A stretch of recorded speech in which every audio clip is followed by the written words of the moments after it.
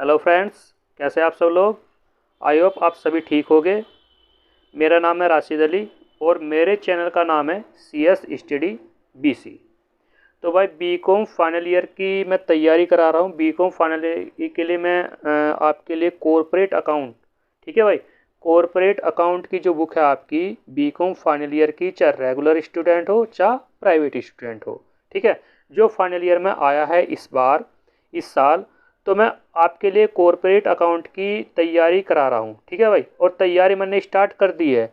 आप स्क्रीन पर देख भी रहे होगे लेसन नंबर 1, ठीक, अंशों का निर्गमन, हरण व पुनः निर्गमन, ठीक है भाई, issue and forfeiture of shares, ठीक है।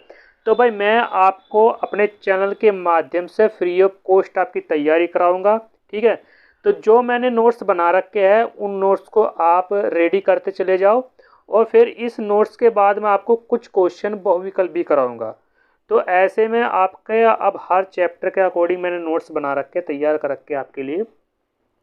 तो मैं पहले आपके नोट्स मतलब तैयारी भी कराऊंगा और आपका इस बीच में 2022 में जो पेपर हुआ था वो भी अपलोड करूंगा, ठीक है भाई। तो आई होप आपसे गुजारिश है, रिक्वेस्ट है कि भाई मेरे इस चैनल को ज़्यादा से ज़्यादा सब्सक्राइब करें और शेयर करें और कमेंट करें। कोई भी परेशानी हो तो कमेंट करके बता सकता है कि हमें ये चीज़ पूछनी है, ये इस चीज़ के बारे में जानकारी नहीं है, ठीक है। जल्दी ही मैं आपके बारे में मैं एक चीज़ और बता दूं, सिलेबस में जो आपकी पहली बुक जो है वो कॉरपोरेट अकाउंट की है, ठीक है भाई। दूसरी बुक जो है आपकी मैनेजमेंट अकाउंट की है। तीसरी बुक जो है आपकी प्रिंसिपल ऑफ मार्केटिंग की है। चौथी बुक जो है आपकी ऑडिटिंग की है। पांचवी बुक जो है आपकी ई कॉमर्स की है और छठी बुक जो आपकी है भाई आपकी इकोनॉमिक्स लॉ की है। यानी कि प्राइवेट स्टूडेंट हो चाहे रेगुलर स्टूडेंट हो, 6 सब्जेक्ट तो आपको ये पढ़ने ही पढ़ने हैं। रेगुलर स्टूडेंट के लिए सिर्फ स्पोर्ट्स का पेपर बढ़ जाता है, ठीक है भाई, और बाकी कुछ नहीं है। 6 पेपर है, 6 पेपर की आपकी तैयारी करनी है, ठीक है। तो मैंने आपको जो बीकॉम फाइनल के स्टूडेंट है, चाहे प्राइवेट हो चाहे स्टूडेंट हो, अब मैंने अपने चैनल के माध्यम से आपकी तैयारी स्टार्ट कर दी है। तो कॉरपोरेट अकाउंट का पहला चैप्टर मैं लेकर आया हूँ, अंशों का निर्गमन एवं हरण, ठीक है भाई। तो स्टार्ट कर लेते हैं। चैनल को जरूर सब्सक्राइब कर लीजिए भाई, ठीक है। अब पहली जो हेडिंग है कंपनी अधिनियम 2013।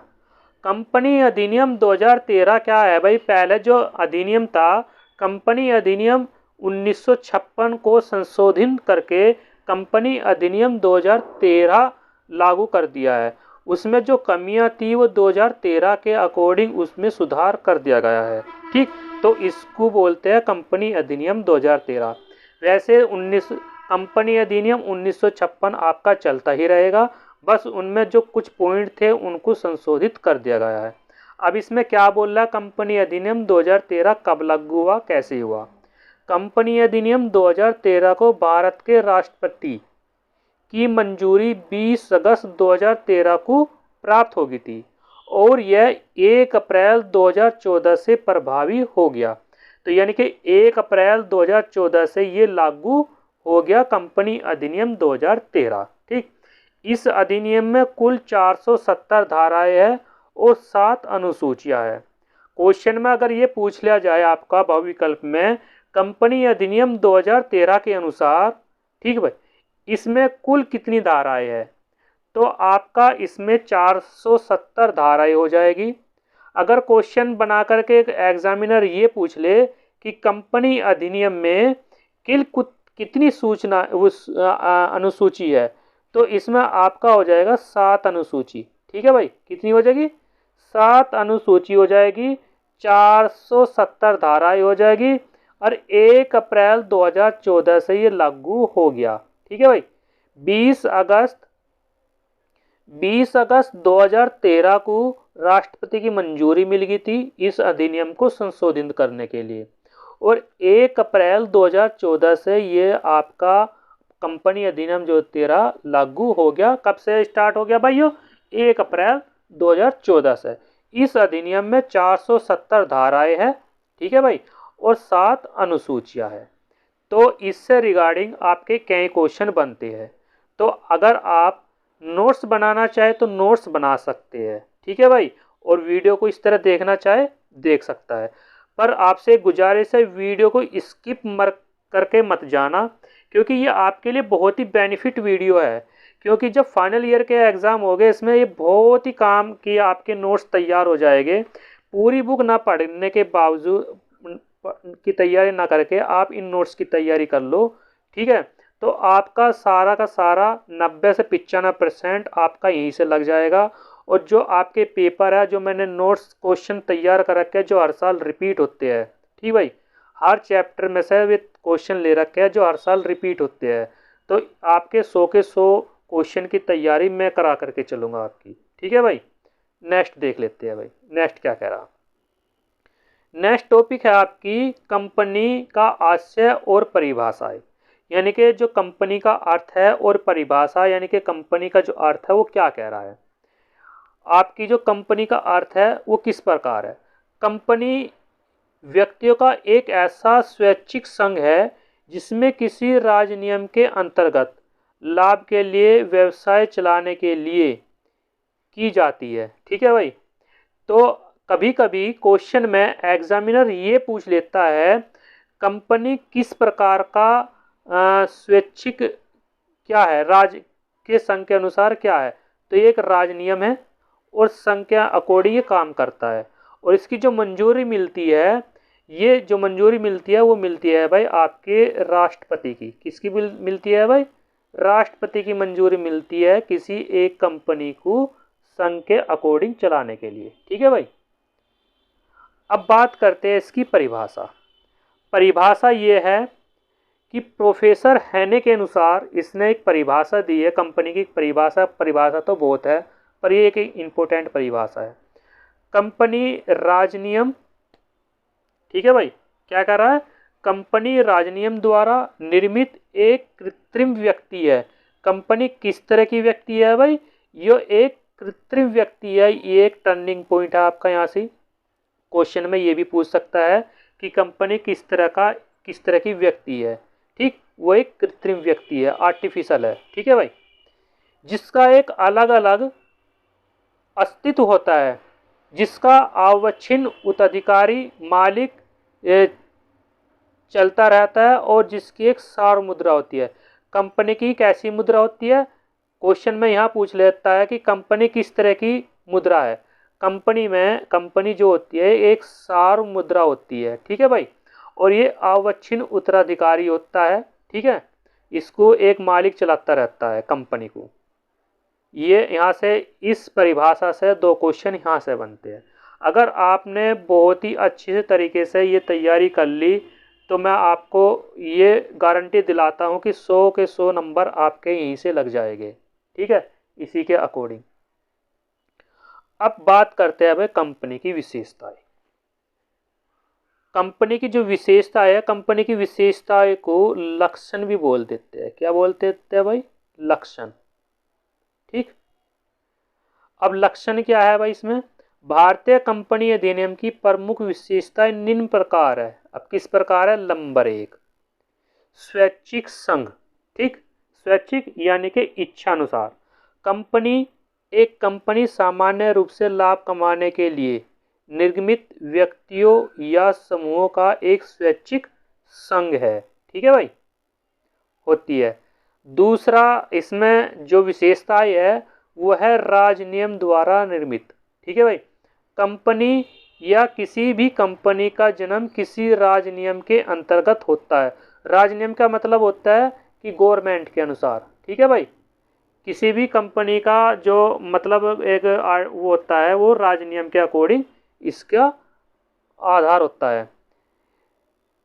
कंपनी एक कृत्रिम व्यक्ति है, साफ बोल रहा है, परिभाषा में बताया गया है।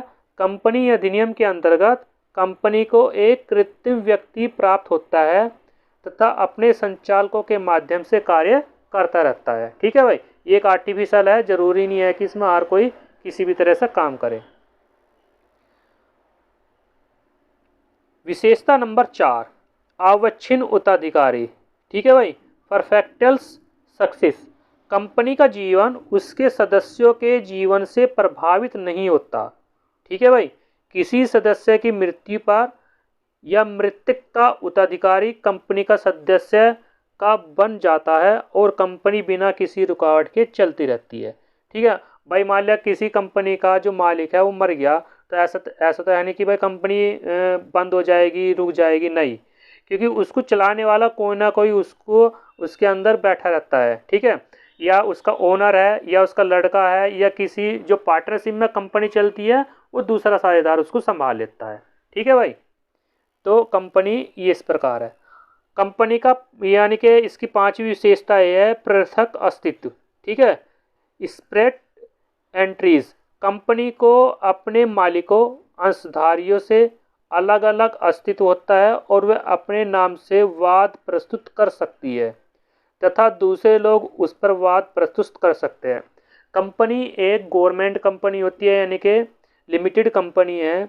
इसमें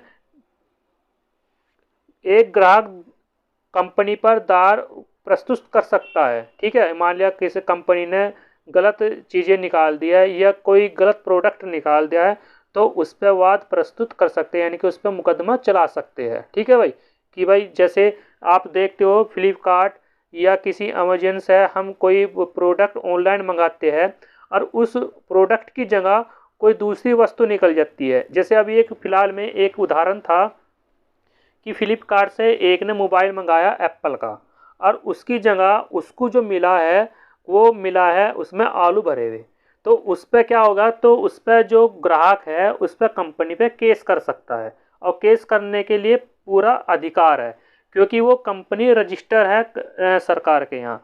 तो इसलिए बोला है कि जो अस्तित्व है वो वाद प्रस्तुत कर सकता है दूसरे लोग। ठीक है भाई, इसका छठा पॉइंट है सर्वमान्य सार मुद्रा। कंपनी की अपनी एक सार मुद्रा या मोहर होती है, यानी कि जो स्टैंप होता है कि भाई स्टैंप लगेगी तो वही जब भी चीज़ वेरीफाई होगी, अगर स्टैंप नहीं लगेगी तो चीज़ वेरीफाई नहीं है। जैसे गवर्नमेंट ने प्रत्येक व्यक्ति को अपने डॉक्यूमेंट्स यानी कि सिग्नेचर करने के अकॉर्डिंग वेरीफाई करने का अधिकार दे रखा है। इसी तरह कंपनी की जो प्रत्येक मतलब चीज़ें होती है, यानी कोई प्रोडक्ट तैयार होता है, जब कंपनी की मोहर लग जाती है तो वेरीफाई हो जाती है। जब तक वो कंपनी की मोहर नहीं लगती तो वेरीफाई नहीं होती। तो वही एक कंपनी की सार मुद्रा होती है। ठीक है भाई, जिसके लगाए जाने पर ही कोई प्रलेख कंपनी का माना जाता है। देखो भाई, यहाँ ये कंपनी की मोहर लगी और ये इस कंपनी का है। जैसे made in China, made in India, made in Japan. ठीक है, जब तक इनकी मोहर नहीं लगेगी जब तक हमें पता नहीं होगा कि ये कहाँ से आया है, कहाँ से प्रोडक्ट है। ठीक है भाई, तो इस तरह सार मुद्रा होती है। कंपनी की सातवीं विशेषता है इसका सीमित दायित्व होता है। क्या होता है भाई? सीमित दायित्व होता है। सामान्य रूप से कंपनी के सदस्यों का जो दायित्व है अदत्त राशि तक ही सीमित होता है। ठीक है, ये नहीं इनको भाई अनलिमिटेड है, यानी कि असीमित है। बस सिर्फ जो कंपनी की सातवीं विशेषताओं में से एक विशेषता ये है कि कंपनी के प्रत्येक सदस्यों का जो दायित्व है वो सीमित होता है। ठीक है भाई,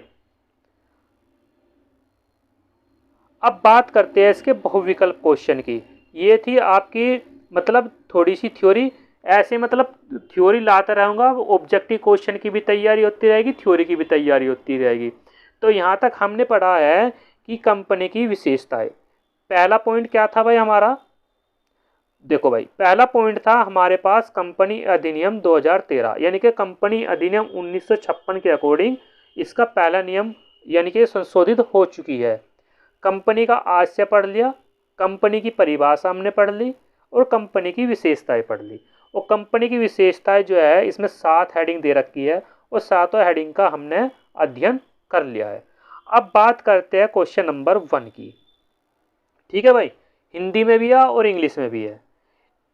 पहला क्वेश्चन है, एक कंपनी की अंश पूंजी में होते हैं। ठीक है भाई, क्या होते हैं भाई? समता अंश होते हैं, पूर्वाधिकार अंश होते हैं, समता और अंश पूर्वाधिकार होते हैं, या समता अंश होते हैं। ठीक है भाई, तो इसमें हमें देखना है कि जो कंपनी के अंश है वो किस प्रकार के हैं।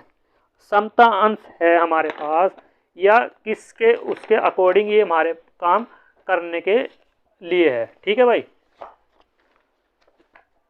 तो इसमें हमारा आंसर जो हो जाएगा वो आंसर हो जाएगा इसमें हमारे पास, इंग्लिश में भी देख लेते हैं भाई, the share capital of a company consists of. ठीक, पहला ऑप्शन है इक्विटी शेयर्स, बी ऑप्शन है प्रेफरेंशियल शेयर्स, सी ऑप्शन है इक्विटी एंड प्रेफरेंशियल शेयर्स, और ऑप्शन डी है इसमें डिफरेंट शेयर्स यानी कि आस्थगित अंश।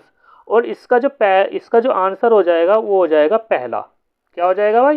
पहला आंसर इसका राइट हो जाएगा। कौन सा हो जाएगा भाई? पहला आंसर इसका राइट हो जाएगा समता अंश। एक कंपनी की अंश पूंजी में जो होते हैं वो समता अंश होते हैं। ठीक है भाई, समझ गए भाई आप? नेक्स्ट क्वेश्चन, क्वेश्चन नंबर 2, अधिकृत पूंजी वाक्य में क्या लिखा होता है? ठीक, authorised capital clash is return in. Option A पार्षद सीमा नियम, ऑप्शन बी पार्षद अंतर नियम, ऑप्शन सी क्रय विवरण, ऑप्शन डी स्थापन क्रय विवरण। ऑप्शन ए इंग्लिश का है memorandum of association, option B article of association, option C perfections, option D statement in law of perfects. ठीक है भाई, इसका जो आंसर है, इसका जो आंसर हो जाएगा वो हो जाएगा आपका डी।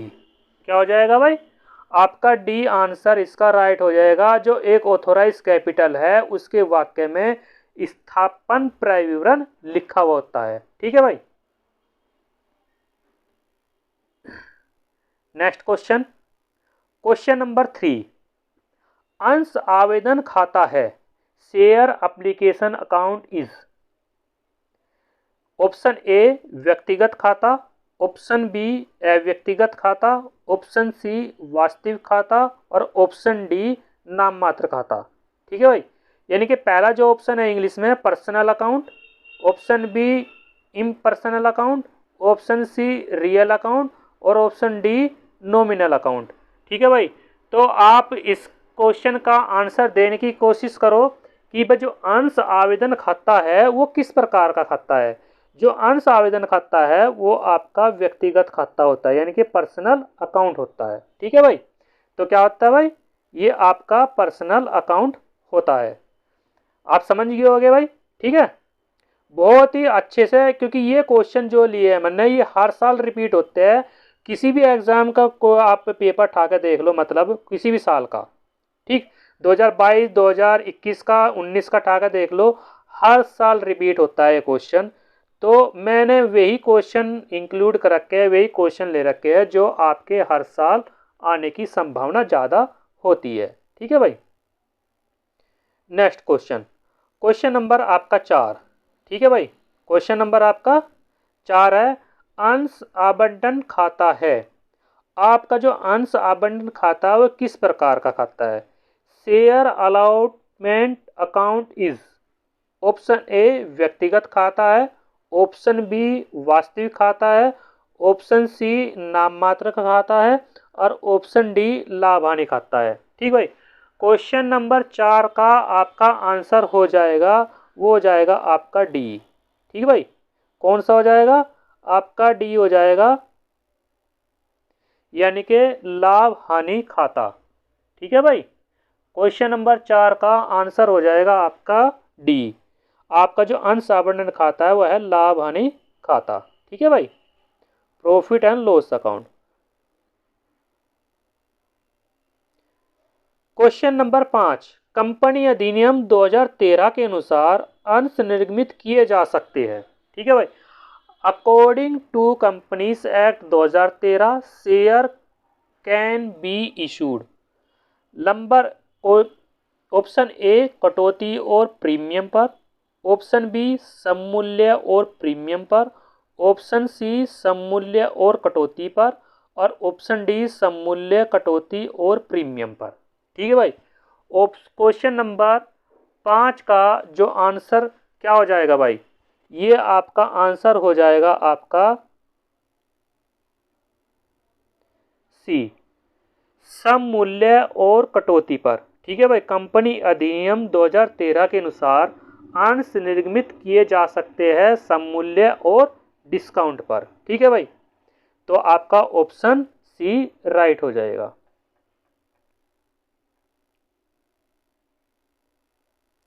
और ये भाई आपका एक मतलब लास्ट क्वेश्चन है, और ये क्वेश्चन बहुत ज़्यादा पूछा जाता है। ठीक है भाई, बहुत ज़्यादा क्वेश्चन आता है, हर साल क्वेश्चन आता है। न मांगी गई पूंजी के उस भाग को जो भविष्य में केवल कंपनी के समापन के समय मांगने के लिए सुरक्षित कर दिया गया हो, उसको क्या कहते हैं? The portion of uncalled capital which can be called up only on the winding up on the company is called. ठीक है भाई, तो इसके अंदर आपके चार ऑप्शन दे रखे हैं। अतिरिक्त पूंजी, ऑप्शन बी निर्गमित पूंजी, ऑप्शन सी पार्थिव पूंजी और ऑप्शन डी संचित पूंजी। ठीक है भाई, क्वेश्चन नंबर 6 का आंसर क्या है? क्वेश्चन नंबर 6 का जो आंसर हो जाएगा वो हो जाएगा आपका पार्थिव पूंजी, यानी कि इंग्लिश में बोल देते हैं आपको इसमें सब्सक्राइब कैपिटल। ठीक है भाई, जब न मांगी गई पूंजी भविष्य में केवल समापन के लिए ही मांगी जाती है, ये ध्यान रखना। जो जिस कंपनी के लिए जो कंपनी का समापन हो जाता है और उस टाइम पे जो मांग की जाती है पूंजी की, वो सब्सक्राइब कैपिटल की मांगी जाती है। इंग्लिश हिंदी में बोल देते हैं पार्थिव पूंजी और इंग्लिश में बोल देते हैं सब्सक्राइब कैपिटल। ठीक है भाई, तो ये एक छोटी सी वीडियो थी, एक छोटा सा अंश था आपका कॉर्पोरेट अकाउंट का। धीरे धीरे इसी तरह आप बढ़ते रहेंगे, क्वेश्चन को देखते रहेंगे। आप नोट्स बनाना चाहो तो नोट्स भी बना सकते हैं, क्योंकि आप इससे बाहर इससे बढ़िया आपको कहीं नहीं मिलेगा देखने को। बिल्कुल वही क्वेश्चन इंक्लूड कर रखे हैं जो आपके एग्जाम में पूछे जाते हैं। ठीक है भाई, तो आई होप आप समझ गए होंगे। आपसे गुजारिश है कि बस ज़्यादा से ज़्यादा मेरे इस चैनल को सब्सक्राइब कर लीजिए। ठीक है, ऐसे ही आपको रोज़ डेली आपको पहली वीडियो आपकी कॉर्पोरेट अकाउंट की है, अगली जो वीडियो आएगी आपकी आएगी ऑडिटिंग की। ठीक है भाई, यानी कि अंकेशन के ऊपर। इसी तरह धीरे धीरे 6 के 6 सब्जेक्ट की मैं तैयारी कराऊंगा अपने चैनल के माध्यम से। तो मेरे चैनल से ज़्यादा जुड़ने की कोशिश करें और ज़्यादा से ज़्यादा सब्सक्राइब करने की कोशिश करें। ठीक है भाई, थैंक यू, नमस्कार।